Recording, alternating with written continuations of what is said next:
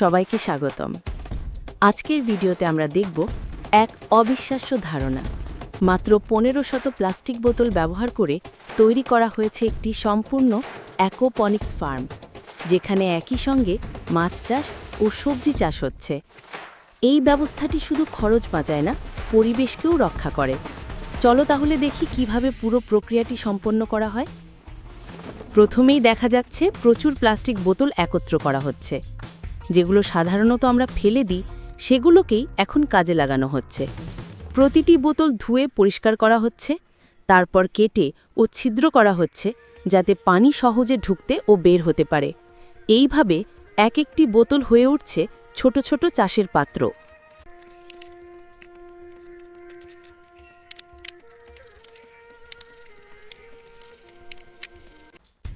এবার তৈরি হচ্ছে বোতল বসানোর কাঠামো। লোহার পাইপ, বাঁশ বা কাঠ দিয়ে তৈরি করা হচ্ছে একটি শক্ত ফ্রেম। বোতলগুলো সারি সারি সাজিয়ে রাখা হচ্ছে উপর নিচ করে, এমনভাবে যাতে সূর্যের আলো ও পানির প্রবাহ ঠিক থাকে। এই গঠনই হবে পুরো অ্যাকোয়াপনিক সিস্টেমের মূল ভরসা। এরপর দেখা যাচ্ছে পাইপ বসানোর কাজ চলছে।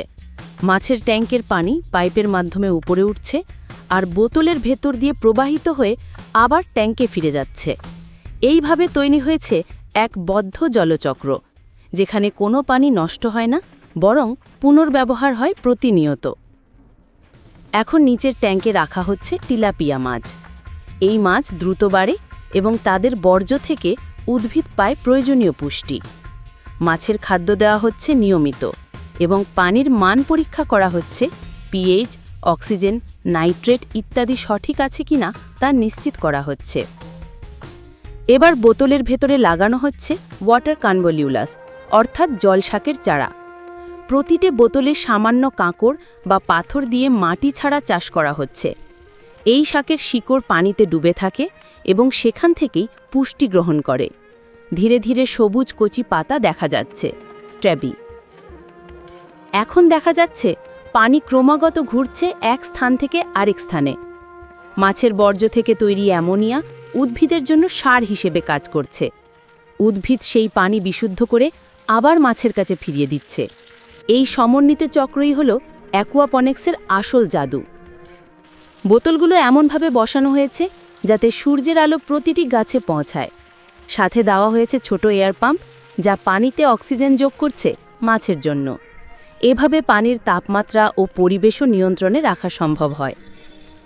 প্রতিদিন সকালে চাষি মাছকে খাবার দেন, উদ্ভিদের অবস্থা পরীক্ষা করেন, আর পানির প্রবাহ ঠিক আছে কিনা দেখেন। এই নিয়মিত যত্নই পুরো সিস্টেমটিকে স্থিতিশীল রাখে। অল্প যত্নেই এখানে টেকসই ফলন পাওয়া যায়। দেখা যাচ্ছে কয়েক সপ্তাহের মধ্যেই জলশাকগুলো ঘন হয়ে গেছে, সবুজে ভরে গেছে পুরো কাঠামো।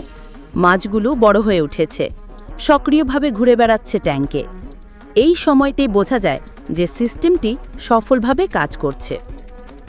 এখন শাক সংগ্রহের সময়। বোতল থেকে শাকগুলো সাবধানে কেটে নেওয়া হচ্ছে। এগুলো একদম তাজা, রাসায়নিক মুক্ত এবং পরিষ্কার। এইভাবেই ঘরের পেছনের ছোট জায়গায় নিরাপদ সবজি পাওয়া সম্ভব। একই সঙ্গে দেখা যাচ্ছে ট্যাঙ্ক থেকে কয়েকটি বড় মাছ ধরা হচ্ছে। এগুলোও সম্পূর্ণ স্বাস্থ্যকর, কারণ এখানে কোনো ক্ষতিকর রাসায়নিক ব্যবহার হয়নি। প্রকৃতির মধ্যে এক প্রাকৃতিক ভারসাম্য তৈরি হয়েছে। শাক কেটে নামার পর একই বোতলে আবার নতুন চারা লাগানো হচ্ছে।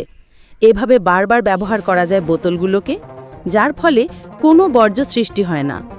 একই পানি, একই কাঠামো, শুধু নতুন ফসল।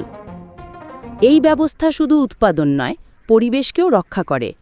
প্লাস্টিকের বর্জ্য এখানে সম্পদে পরিণত হয়েছে। পানি অপচয় হচ্ছে না, মাটির প্রয়োজন নেই, আর রাসায়নিক সারও লাগে না। এটি ভবিষ্যতের টেকসই কৃষি পদ্ধতির একটি দৃষ্টান্ত। তুমি চাইলে নিজের বাড়ির ছাদে, বারান্দায় বা আঙিনায় এমন ছোট একটি অ্যাকোয়াপনিক সিস্টেম বানাতে পারো। প্রয়োজন শুধু কিছু পুরনো বোতল, একটা পানির ট্যাঙ্ক আর একটু যত্ন। এভাবেই ১৫০০ প্লাস্টিক বোতল থেকে গড়ে উঠেছে এক চমৎকার ফার্ম। মাছ আর শাক দুই পাওয়া যাচ্ছে একসাথে, কোনো অপচয় ছাড়াই, কোনো দূষণ ছাড়াই। এটাই হলো টেকসই কৃষির এক উজ্জ্বল উদাহরণ। ভিডিওটি ভালো লাগলে লাইক, শেয়ার আর সাবস্ক্রাইব করতে ভুলো না। পরবর্তী ভিডিওতে আবার দেখা হবে। ধন্যবাদ সবাইকে। খরচ কম, ফলন বেশি আর প্রকৃতি থাকে সুরক্ষিত।